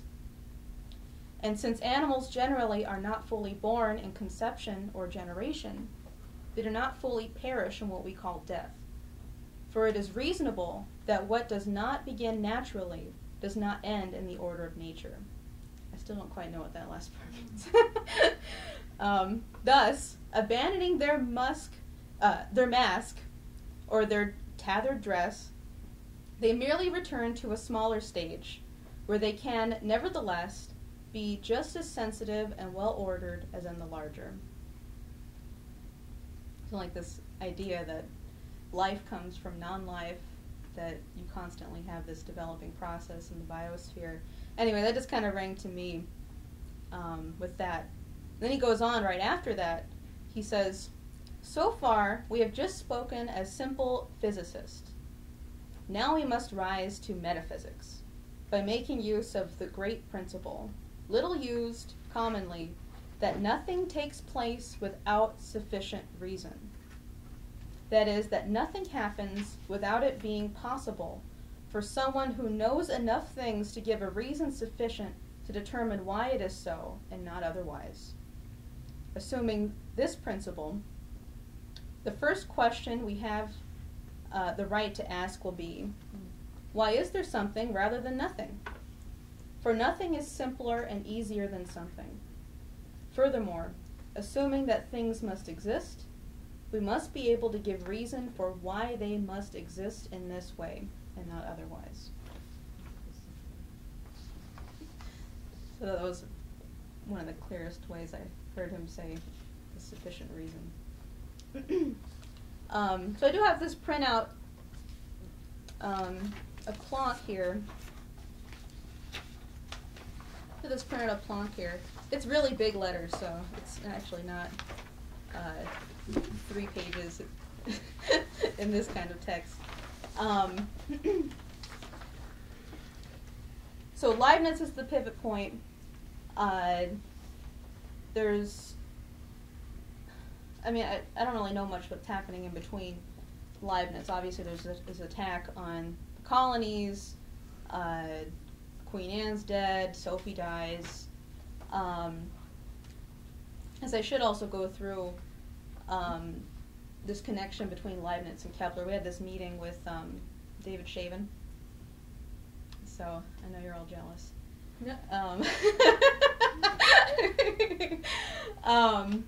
So he had written a few articles on this connection between Kepler and Leibniz, and it's actually kind of funny because Kepler says, if God was able to wait 1,000 years for somebody to finally come and read my book, then I can wait 100. He actually only waits like 50 or 60, and there's this young man named Horrocks, who is from England. He picks up, what's this thing called? The Ephemerides. He picks up the Ephemerides, and he's able to use what Kepler did, his actual method, in finding, the Ephemerides is one Kepler goes through when Venus passes over the sun, and you get like a much better idea of how large the sun is based on how large Venus is. So he's actually able to forecast using Kepler's method the next few years of these Ephemerides. these passing of Venus over the sun, and he's absolutely right. He's totally right. So strangely enough, him and his group that he was working with on this project, really excited, actually called themselves like the Kepler group, and they all died strangely at a very young age. Horrocks died when he was 22. His other friends died shortly after that. A lot of his works were burned. Like, soldiers just went to his house, his family's house, burned his papers. So it's very bizarre circumstances, and we all know why. But what happens is there's another gentleman named Hevelius, who is actually working under a student of Kepler. And Hevelius is very bright, and this teacher, this professor, is just like, look, you have got to just make this breakthrough. I think he's actually the one that gives Hevelius the works for Horrocks to look at. And Hevelius, he does like make serious breakthroughs in astronomy, and his family is a beer brewer, so and he builds a huge observatory on top of his family brewery. And it's actually really fun. You can see it. You can look at it on the internet. It's on Wikipedia and stuff. And so he does that, and he really starts to get into Kepler. He's like, wow, this is really fantastic. And so he seeks out Kepler's son to try to buy the manuscripts from him. And for whatever reason, Kepler's son really wanted to publish them, but they never were. Probably harassed, I don't know. So what happens is that this guy, Hevelius, eventually does get the manuscripts from Kepler's son, and he tells the Royal Society and all these people, these scientific groupings around, that he wants to publish all of the full manuscripts of Kepler. And they have a total hissy fit. They have a total hissy fit on him. They start attacking him like crazy, denouncing his work, saying that all his observations are wrong, and eventually they send in Halley, who, the guy who discovered Halley's Comet. They send in Halley to come look at his observatory and to see how good he is, and they think that Halley thinks that he is, like their puppet or something. Halley obviously, he knows that he owes us a lot because we pumped him up to be this big guy. And Halley actually is just like, well, it's pretty good. It's not that bad. And they really have a hissy fit after that. They just go bonkers, the Royal Society. And mysteriously, Hevelius's observatory is burned down. And this is where the manuscripts, the Kepler manuscripts are. This is where all of his primary works are. There's these very beautiful clocks made of silver and money and all these other precious things. So his 13-year-old daughter, goes into this burning building and saves the Kepler manuscripts and, throws them out the window.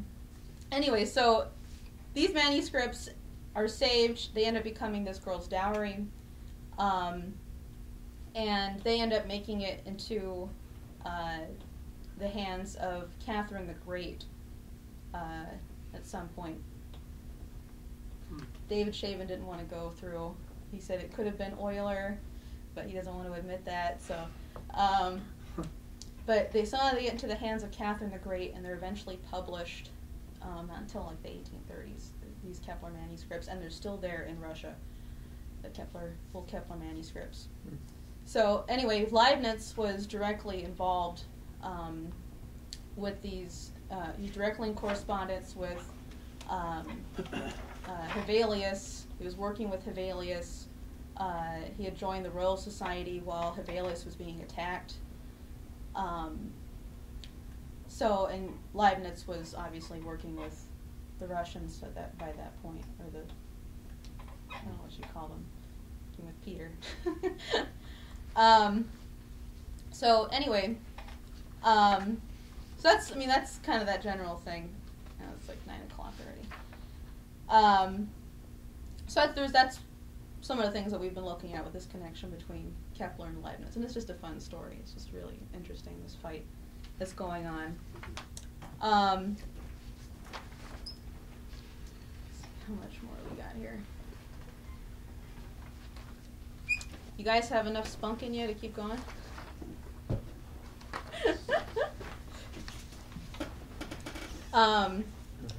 So just this part, is it highlighted there for you guys? Did I highlight it for you guys?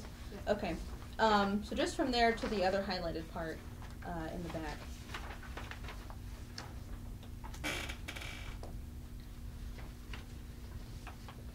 Somebody want to read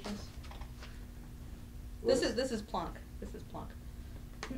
Let us first consider the problem under its general aspect. What is the significance of the concept underlying the expression law of causation?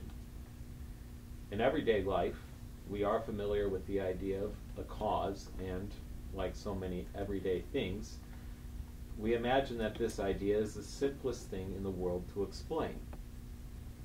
Common sense and daily experience show us that all things and events are the products of other things and events.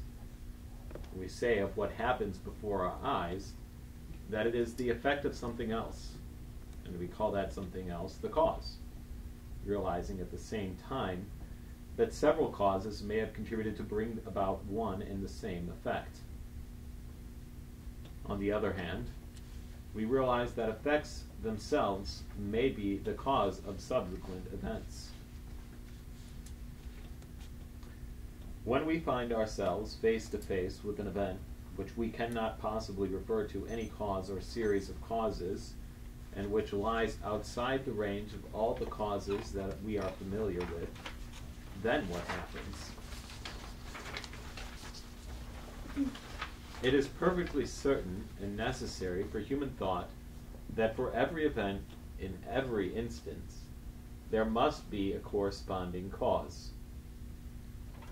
Would the thought involve a logical contradiction that in this or that case the event has absolutely happened of itself and has no causal relation whatsoever to any other event?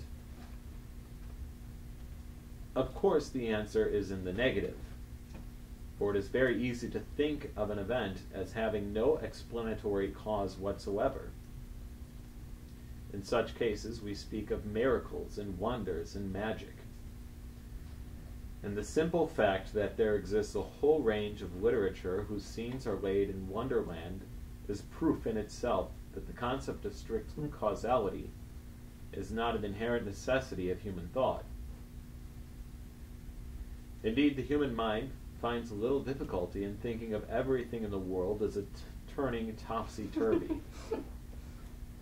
We can say to ourselves that tomorrow the sun may rise in the west, for a change. We can say to ourselves that a miracle of nature may occur contrary to all the known laws of nature. We can think of the Niagara Falls, for instance, as shooting upwards, though this would be impossible in the world of reality. I can think of the door of my room, in which I am now writing, as opening of its own accord. And I can think of historical personages as entering the room and standing beside my table. In the world of reality, to talk of such events may be meaningless, and we may call them impossible, at least in our everyday way of reasoning. But we must distinguish this kind of impossibility from a logical impossibility, such as the idea of a square circle, or that the part of something is greater than the whole. For no matter what efforts we make to think such things, we cannot think them, inasmuch as they entail an inner contradiction. We can think of a part, and we can think of the whole to which it belongs, but we cannot think of the part as greater than the whole. This kind of impossibility is inherent in the nature of human thought itself, whereas the idea of something happening outside the range of causation is quite logically coherent. Thus, from the outset, we can be quite clear about one very important fact, namely, that the validity of the law of causation for the world of reality is a question that cannot be decided on grounds of abstract reasoning. But reality, no matter what may be said to the contrary, is only a particular and small section of that immense sphere over which human thought can range. This is true even though our powers of imagination have always to take their cue from some real experience. Indeed, experience is for us the starting point of all thought. But we possess the gift of going beyond reality in thought. And were it not for this faculty of the imaginative intellect, we should have no poetry and no music and no art. Indeed, it is one of the highest and most precious gifts that man possesses, this power of lifting himself in thought into the realms of light, whenever the weight of everyday life presses upon him and makes itself intolerable. The creations of art are similar to those of science, at least to the extent that scientific research, in the strictest sense of the term, could never advance without the creative force of the imaginative intellect. The man who cannot occasionally imagine events and conditions of existence that are contrary to the causal principle as he knows it will never enrich his science by the addition of a new idea. And this power of thinking beyond the range of causation is a prerequisite not only for the construction of hypotheses, but also for the satisfactory coordination of results that have been arrived at through scientific research. It is the imaginative vision that puts forward a hypothesis. Then comes experimental research to put the hypothesis to its test. The results immediately arrived at through experiment had to be coordinated so as to form the basis of a theory, in the hope of discovering the laws of nature underlying the phenomena that have been studied. This work again calls the imaginative powers into play, and further experiment puts the laws thus constructed to their final critical test.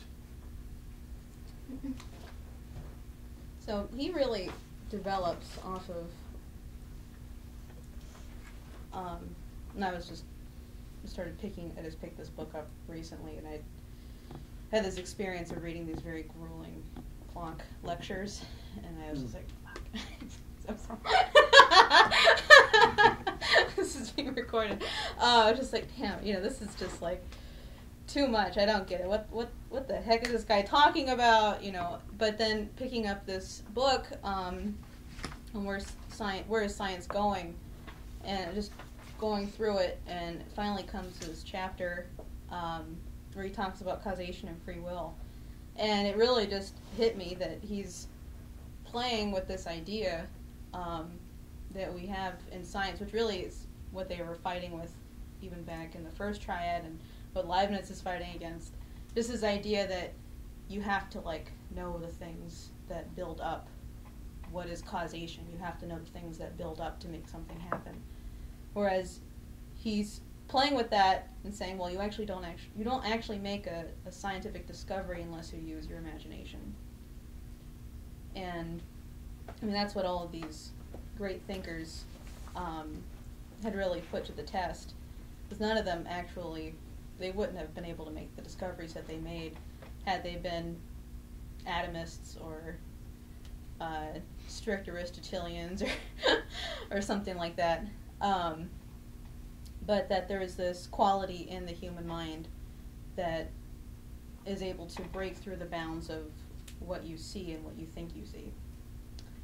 So, so just a couple more things here. We won't read this, although you guys should read that on your own, this quote from Einstein on the 30th anniversary of, I think it's Kepler's birthday. But that's there. But I want to read from, this is also Where Is Science Going? And it's a dialogue at the very end with this guy Murphy talking to both Planck and Einstein. And Einstein is, anyway, we should just read it. He's getting very upset at this guy because he's a total reductionist, and he's obviously making Planck and Einstein very upset about what he's trying to get them to say, or anyway, so who wants to be Einstein? I want to be Einstein. Socrates and Einstein in one night, okay. I think that much of, yeah, right? Yeah, that one. I think that much of the misunderstanding encountered in all this question of causation is due to the rather rudimentary formulation of the causal principle which has been in vogue till now. When Aristotle and the scholastics defined what they meant by a cause, the idea of objective experiment in the scientific sense had not yet arisen. Therefore, they were content with defining the metaphysical concept of cause. And the same is true for Kant. Newton himself seems to have realized that this pre-scientific formulation of the causal principle would prove insufficient for modern physics. And Newton was content to describe the regular order in which events happen in nature, and to construct his synthesis on the basis of mathematical laws. Now, I believe that events in nature are controlled by a much stricter and more closely binding law than we suspect today, when we speak of one event being the cause of another. Our concept here is confined to one happening within one time section. It is dissected from the whole process. Our present rough way of applying the causal principle is quite superficial. We are like a child who judges a poem by the rhyme and knows nothing of the rhythmic pattern. Or we are like a juvenile learner at the piano, just relating one note to that which immediately precedes or follows. To an extent, this may be very well when one is dealing with very simple and primitive compositions, but it will not do for the interpretation of a Bach fugue. Quantum physics has presented us with very complex processes, and to meet them, we must further enlarge and refine our concept of causality. So he's redefining this idea of what causality is, similar to Planck attacking it, but he's changing what this should mean to people, what this should mean to us. So then from there, I don't quite know the exact time periods of when Einstein was born versus Vernadsky, but Vernadsky is the last person in the Triad. And so I've been working on Vernadsky with, actually we just had this group on Saturday, but I've been working on it mostly with Megan Roulard, and that's been really fun. So there's a couple of things here that these last two quotes here of Vernadsky to end the Triad. And somebody want to be Vernadsky?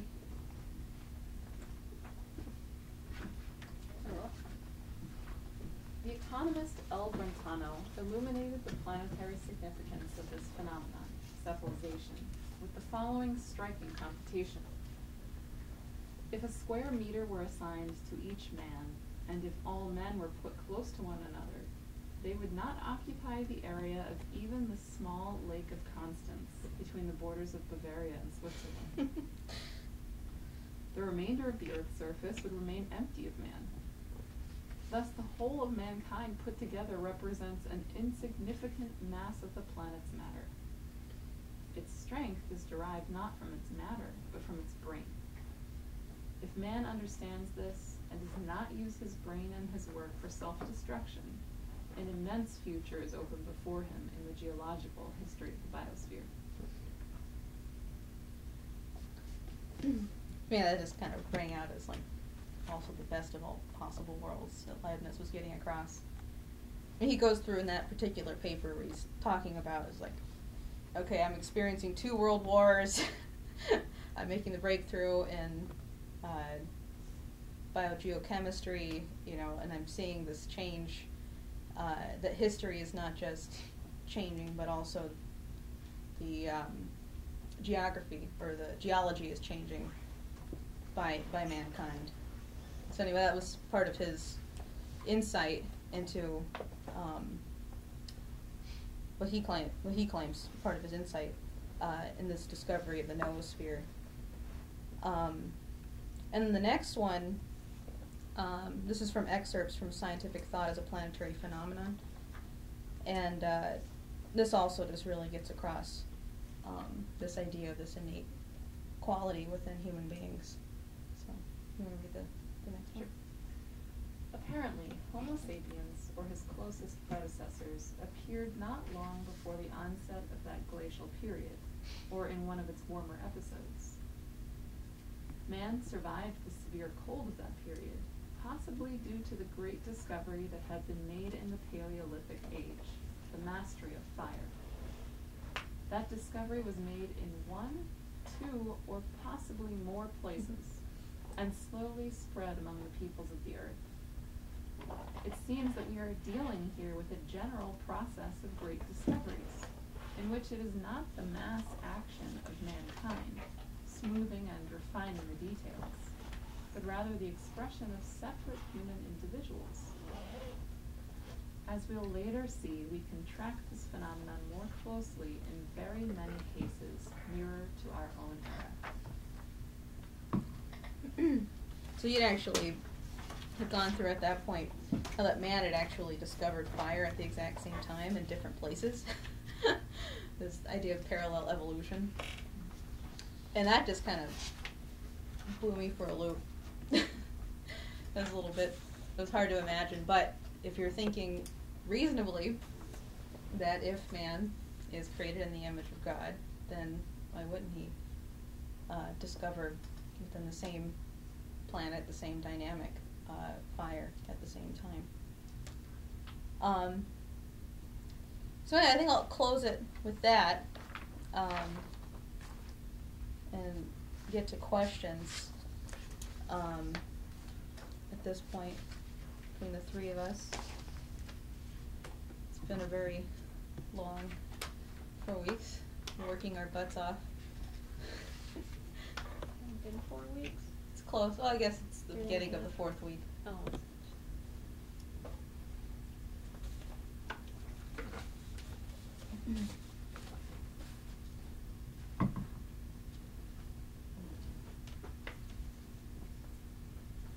Questions, comments, tomatoes? Tomatoes. I just had a biographical question about Leibniz. Where did he come from? Not physically, but how did he put himself in a position to exert influence, talk to people, whatever he was doing? I mean, I've done like very minimal work on him, but yeah, he wanted to study theology, church doctrine, law, and ended up getting a job with some aristocrat, baron, or I don't remember what, just sort of as a, like, actually in law, just, I don't know, so he gets hired by some guy, Right. he wanted to study theology, but he wanted to be very rigorous about it. He didn't want to just sort of, contemplate his belly button and think that whatever he thought of would be, true or something. So, that caused him to look a lot into actual science, not like what's the real nature of the universe, because God created the universe, I want to know God, I'll study his universe to know God. And so that got him into science and stuff. But anyway, so he was working for this guy, and I don't remember the details. He's sent to Paris. He also has this proposal for the French king Louis XIV to go investigate Egypt, like go on an exploratory mission to Egypt, and I thought it was to like launch war against Egypt. Anyway. Versus Germany. Instead of, yeah. I thought it was like instead of these religious wars, it was to launch war on Egypt. So I like. I don't think so. I thought it was like to go Anyway. like look at the pyramids and learn about history. Okay, whatever. I think one thing though is he actually did seek out particular courts that he would want to work for, where he thought he would be in a better position, like not just work for some court that was kind of like, but more influential circles where he could actually have a bigger say in what was going on. He sought that out in what way he could, and people were pretty impressed with him from a pretty young age on the work that he was doing, and he did a lot of different treaties on law, religion, and these types of questions that people were desirous of him working in their court. He also was a student of Huygens, which that helps a lot. Well, that's what, because he had this proposal. That's why he was sent to Paris and then got to study under Huygens for a few years.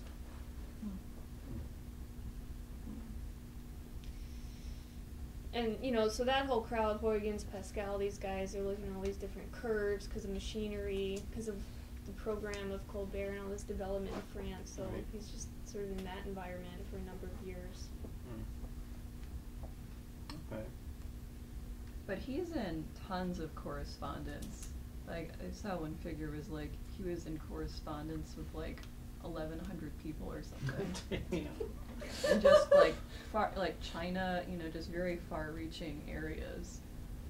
So he was just a totally prolific writer, and this started looking at the history and origin of the calculus, which he wrote much later on.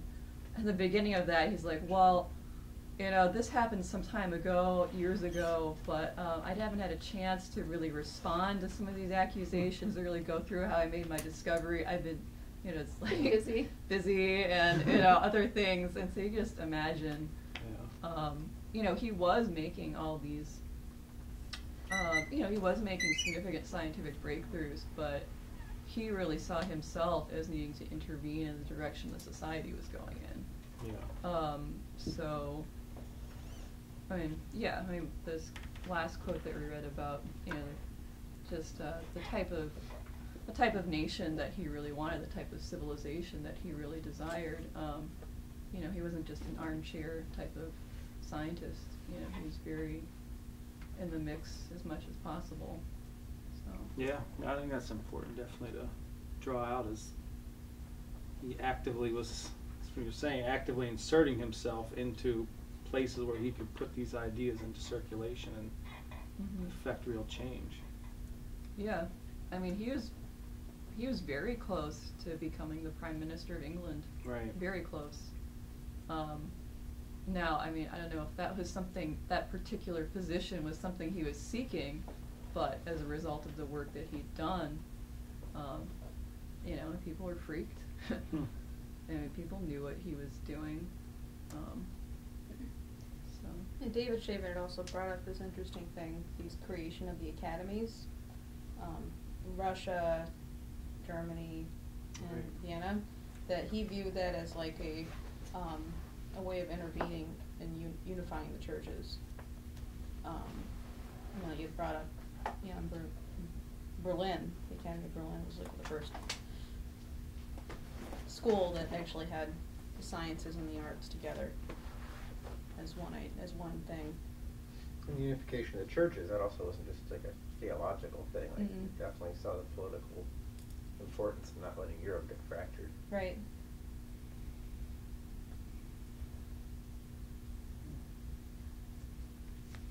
Yeah, it's really, Germany really didn't exist, so it's absolutely insane.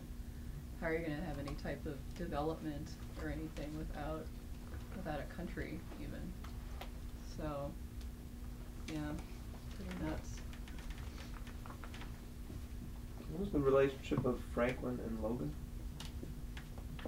Well, I mean, Franklin, as far as I can tell, must have had a pretty close working relationship with him. I mean, he had the biggest library in Philadelphia. Just very involved in the Philosophical Society. And so, I mean, Franklin was sent in there to work with these guys. I don't really know a lot more than that. And you said Logan was a Leibnizian. Yeah, Right. no, he's this really Like a delightful badger guy. he I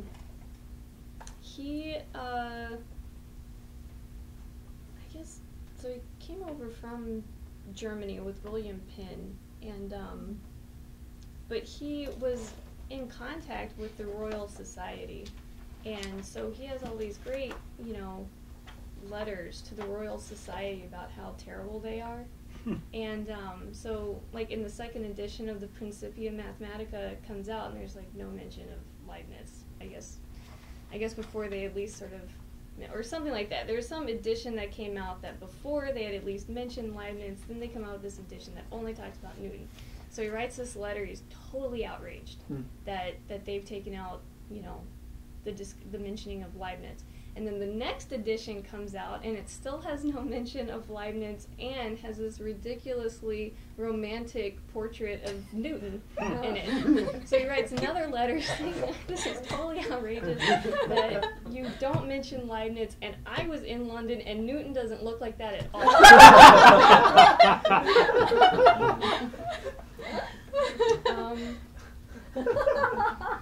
Yeah, and Franklin, when he set up his print shop, this guy is just one of these, amazing guys. So he, from a young age, taught himself a whole bunch of languages: Greek, Latin, Italian, French, everything. And, even into his 70s was trying to learn new languages like Arabic and stuff like that. And so he was translating works of Cicero and other, classic literature, which Franklin was printing. So Franklin was his publisher. And he himself wrote a refutation of Locke and circulated this. It wasn't officially published or anything, but he had a bunch of copies. He was circulating it around Philadelphia in all these scientific and intellectual circles. And he's obviously, talking, corresponding with people in other colonies and stuff too. And then that was lost until the 70s, and it was just found. And so he just goes through a Leibnizian refutation of Locke and Locke's ideas, and this is what everyone in the colonies was reading. Although I remember, do you guys remember this slug that was in the briefing a year or something, or however long ago? And it just said, these lost papers of Logan are finally printed, and I didn't. Do you guys remember that? So yeah, so they were actually printed or published. Now you could actually buy them. I think Andrew Laverdier was transcribing, typing out script-written James Logan letters or documents or something. Something he would do. Yeah. I know that I think it was Phil Valenti, had photocopies, had taken, I guess, pictures of the transcripts, which were in a museum in Philadelphia. I think he works at a museum in Philadelphia. Anyway, so they were finally, in the last couple years, published.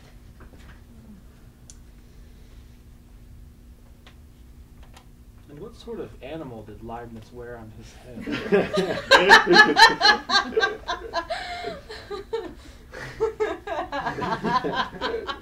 Well, it wouldn't have been wool from America because it was outlawed to export that.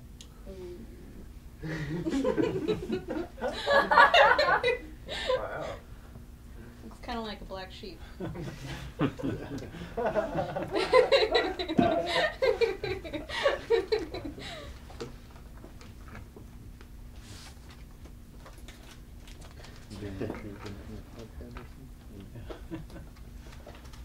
What's next?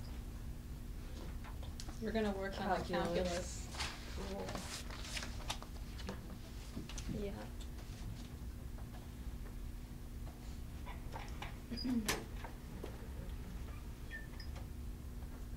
All right, thanks. Yeah. Thank you guys. Yep. Thanks for being a great audience. Except you.